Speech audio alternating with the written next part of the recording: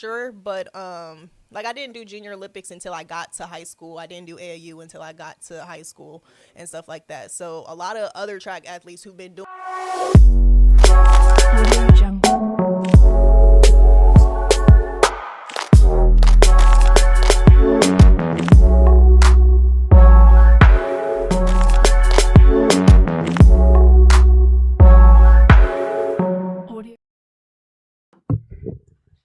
Hey guys, welcome back to another episode on D-Hop TV. So on today's show, I'd like to give a shout out to track runner Courtney Jones. Thank you for taking the time to come on my podcast. Thanks for having me. Oh yeah, most definitely.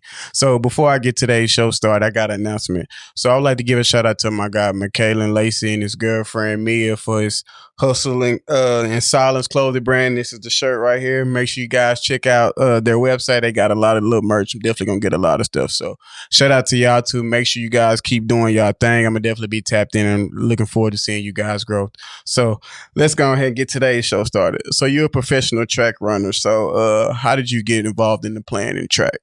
For as long as I can remember, I've been running. My parents said they used to find me running in the streets, racing the little boys, racing everybody in the neighborhood. Yeah. So from there, I guess that's kind of where my passion came from. Yeah. I started officially running track in 7th grade in middle school. I was the only person to do the hurdles. Okay. And from there, that's where my life started. Okay. Was there ever any point in time where you felt like you couldn't do this, run track?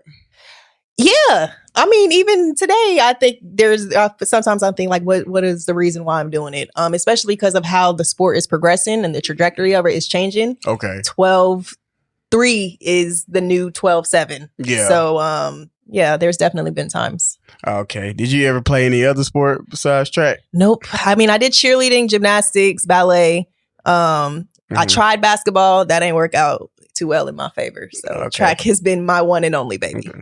Was there any moment early on in your career where you felt like you couldn't run track anymore? And when did you realize that it could become a hobby, a career for you? Yeah. So I think for me, when I decided to technically, I came out of retirement. Yeah. When I was at ASU, my last year there, I actually got kicked out. Oh, okay. And from there, I tried to get into a few pro groups and either nobody would have me or they wanted to charge an X amount of money, and being unsponsored, that's just not feasible. So I took 2 years off, it was an undisclosed amount of time, but it ended up being 2 years. When I moved back home to Atlanta in 2023, I just ran a meet. Not having doing anything, just to see if I still missed the fire of competing and missed being in the competition space. And that was when I decided, okay, where I left off is not how I want my story to end, because I know I can do so much more than what I've done. Okay. Oh yeah, that's dope. I like that story for sure. So hurdles on for everybody. So what made you choose hurdles? I would say the hurdles chose me, or we chose each other. When I was in middle school, our coach said, hey, we need somebody to do the hurdles. Yeah. Everybody else was scared to do it. Yeah. Except me. So I was like, I'll do it. Real? No problem. I had not a lick of form. Yeah. Some type of speed. I was just lengthy and long. So I was just hopping over them like a Bambi deer. Okay. So yeah, ever since then. How did that like your first time? So it was just like, okay, I'll keep doing this for sure. Yeah, I mean, it lit a fire within me, because it's something that I've never done before. I mean, I always ran, but like I didn't do Junior Olympics until I got to high school. I didn't do AAU until I got to high school and stuff like that. So a lot of other track athletes who've been doing it since they were like, really, really been doing it since they were like 6 or 7. That's not me. I started in middle school. Okay. Yeah. That's live. So what does an off-season training routine look like for you? In the off season, do a lot of endurance runs, 20-minute runs, pull workouts, light strength training to keep your overall endurance so you're not losing that overall fitness. Okay. How do you mentally prepare for high state championship games? You be nervous, anxious, or how you do? You know you finna go up against? Yeah, I mean, there's always a semblance of anxiety. Sure, it's a big competition. It's a big goal that you're trying to reach. Of course, making a team. But I think now my mindset is a lot different than what it used to be, especially competing in college. Because with me being unsponsored, I'm doing this for the fun of it. Like I'm doing it because I have a goal of being sponsored and being an Olympic champion. But as of right, this is a dream for me. So I'm trying to live out my dream and looking at it through that viewpoint takes away a lot of the anxiety and puts a lot of excitement into it. You told me something. I didn't know track runners didn't get paid. So y'all get off the sponsor. That's what it is for y'all. So there's the way track is different. Like track contracts are different than NFL and NBA. Yeah. There's not a draft. There's not a selection process where you go through, okay, yeah, we want this person, this person, this person, this person, this person on our roster. Yeah. They're very selective in who they decide to give contracts to. And then even now with the NIL space, even that's even different because you have people that have been on Olympic teams, made Olympic finals and still don't have a major shoe company backing them. So it's very finicky in how they decide and who they want to support. Okay. What's one race out of all the race? What's one moment race that you always remember? Your favorite? My favorite race was winning my ACC championship. That was my last year at Florida State. That season in and of itself, I was battling a lot of injuries. I had a hamstring injury during indoor, which continued going into outdoor. I had a bone bruise in my heel, so I was in a boot for half of the season. And I was contemplating leaving the school at that point. So I didn't really know what I was going to do when I showed up. So when I finally won ACCs after every year, freshman, sophomore, and that was my junior year, I got second or third. I was always first runner up. Yeah. And so to actually win and feel so like validated for everything that I went through that following season or that previous season, it was really a momentous moment for me. Okay, that's a lot, man. I know y'all track runners be tired after them events. It be hot out there. So, because I always be in the summertime when y'all compete. Yeah, but I mean, you get used to it though, because I mean, you're training outside all year round if you live in a state that doesn't have an indoor facility. So yeah, you get kind of used to it. Yeah. I still complain about it being hot. I won't complain no matter what. I'm gonna do the work. Yeah. So after a lot of injuries, you consider retirement. So what made you like go back into running? Yeah, running. So taking those 2 years off after running for 6 years straight between two universities, I was like, okay, I need a break. Yeah. Like I wasn't at the time. I was running for the schools. I was running for coaches, but I wasn't running for myself. Like I kind of lost sight of why I love the sport and fell out of love with the sport. Okay. So that's what prompted me to take the 2 years off on top of getting kicked out of school. Yeah. But so when I decided to make the decision to come back, I just knew that where I left off isn't where how I wanted my story to end. Yeah. So that's what inspired me to come back, and seeing one of my good friends, Alicia Johnson, make the world team, make the Olympic team. That is like my push to keep going. Yeah. Okay, most definitely. How did it feel for you to make the finals in the World Cup Tour and your comeback season? How did that make you feel coming off of you like Michael Jordan coming out of retirement? It felt really good. I'm not gonna lie. It felt so amazing. Because that was my first time competing internationally. Yeah, for sure. And then even that meet itself, what was it, in Madrid? I broke my foot at that meet. Yeah. Beware, people, if you're in indoor, be cognizant of all the lanes and the people that are around you. Yeah. Because that's how I broke my foot. I was doing a practice run before finals. Somebody was coming this way. I was going that way. And we crashed into each other. But yeah, it was really a validating moment because I was like, okay, this is why I came back. Like to not be training at all for 2.5 years and come back the next or 2 years later and be able to run my PB a little bit better than my PB, even while still being hurt. It was very, very validating. Okay. I feel that, man. So you've been open about mental health journey. So why is that a big deal for you? For me, I think mental health is so stigmatized in our society. There's a big negative cloud around it. Yeah. And I've been diagnosed with depression and anxiety since 2018 and bipolar type 2 since 2021. Yeah. So for me, since I deal with it personally and understand how dark it can be, I want to be able to be a light for other people to know that you can come out of it. You don't have to succumb to it and you don't have to allow it to take over your life. Because I was that person that allowed it to take over my life. Every day was a bad day for me. There's something wrong. And I didn't, it's very draining to live in that. It's very draining to be in that. And I didn't want to be in that. So I got therapy, I'm on my meds, and it's like I have certain things inside my toolkit to make sure that I'm navigating my mental right. Mental health is definitely a big thing. We definitely got to remind us that. Oh yeah, congratulations on you on getting baptized too, by the way. Thank you. Sorry, scratch that answer. Actually, scratch the toolkit. That really is what brought me through God. That should have been my first answer in the first place, because even like I got baptized today, but this is my second time getting baptized. When I got baptized the first time, I was 17. I was graduating high school, going to college. And my parents were like, you need to do this before you go. I said, okay. And I did it, but I didn't understand what I was doing it for. I didn't do it for me. I was doing it to satisfy others. But today, after everything that I've been through in the last 9 years, he is definitely my strength and why I'm still here. Okay, most definitely. I like that. So we're going to get back on your career for sure. But so you started a YouTube channel. So what inspired you to do that? I started my YouTube channel a couple of times.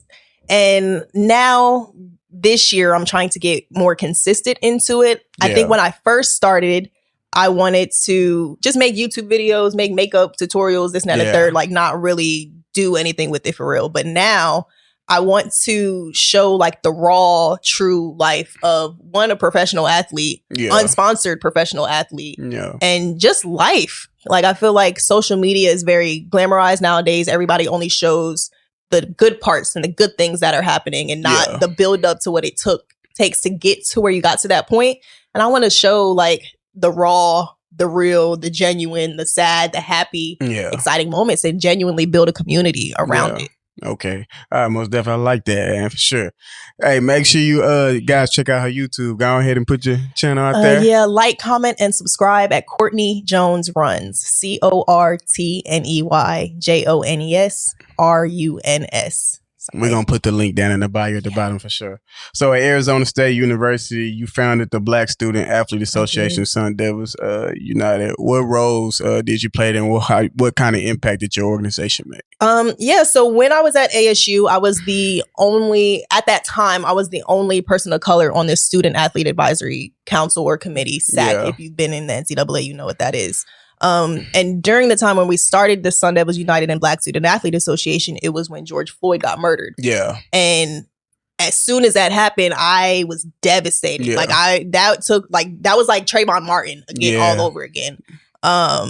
And being an adult still in college and being able to recognize how that was affecting me that heavy, I knew it was affecting everybody else that heavy too. And on top of time, it was COVID. So we were all 2020. Yeah, we was all on Zoom. Like nobody was on campus. So everybody was disconnected from each other. So I was like in the middle of the night, I text everybody on the executive board. I said, hey, I've been thinking about this. Can we put together like an all athlete, all administration staff town hall to talk about what's going on in the world? And they allowed us to do it. And they let these athletes have the floor to be able to speak about how the situation was affecting them. And it wasn't just athletes of color. It was everybody.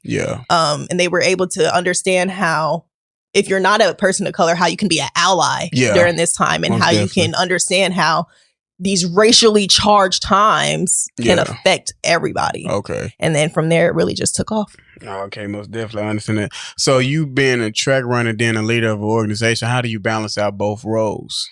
I mean, I think in college, it was a lot easier because you're always doing something. You're always on campus. I didn't go home until it was time for me to go home. So it was definitely a lot easier to manage. I would say now, being an adult, I'm going between training, working a full-time job, and like serving in the church and just living a regular life. So I think it's just finding a good balance. Okay, most definitely like that. Because I know that's a lot. I know you be tired dealing with doing all that. Being a boss, you're a boss on the field. You're a boss in the organization. Somebody got to do it. The bills got to get paid one way or another. Oh yeah, most definitely. I understand that. So going back to you, so like, what's like your favorite memory of your whole career? Like, what's something that you'll forever remember about running track? Ooh, that's a good question. I would say so far as to date, my favorite memory would probably just be all of last season. Yeah. Being able to tour internationally for the first time, going to Czech Republic, Prague, Madrid, like being able to be in those spaces, that's probably like the highlight for me. Okay. And being able to do what I love in those spaces. What's something people often get wrong about athletes? What's like the misconception you feel like that's what? That we all get paid? Yeah. That we all get paid. We do not. And you know, right here, right now, we do not. Very, I'm not going to say a select few. It's a lot of people that do have sponsorships within the sport. But yeah, we don't get paid. I wonder what make them choose who they want to give it to. Like the most popular I wish I knew. We gotta get you some sponsors. Please, anybody, Fancy. I'll take any. Well, let me not say that because that make me sound like I'm desperate. Yeah, but I would want someone to support my whole journey through and through, on and off the track. Yeah. So, what advice can you give young athletes and young women runners who would like to be in your shoes one day? What advice would you give them? Keep working hard, no matter what you do. Don't let anybody tell you that you can't do anything.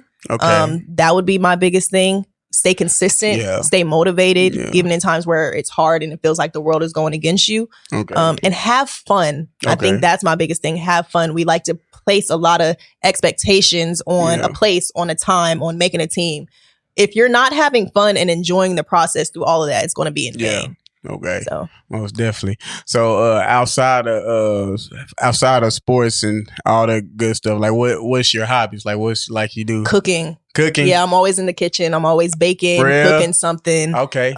Roller skating. I keep my skates in my car. Yeah. Those are my big things. And I like chilling, watching TV, movies. I might go to the park. I have my dog, a pit, we go on walks, nature walks, things like that. Okay, that's light. This is lit. Like that.